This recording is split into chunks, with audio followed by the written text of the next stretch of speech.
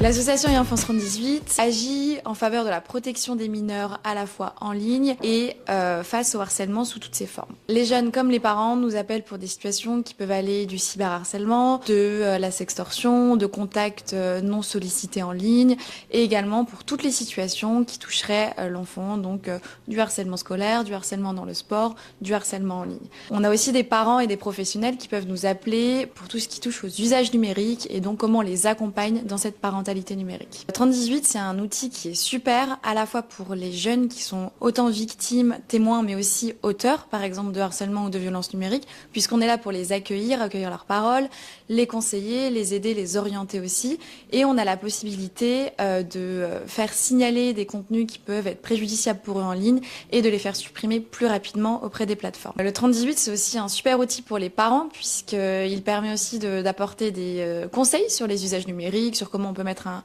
contrôle parental par exemple, et puis aussi apporter plein de ressources pour mieux vivre le numérique en famille. Et les professionnels, c'est tout aussi utile pour justement pouvoir un petit peu apporter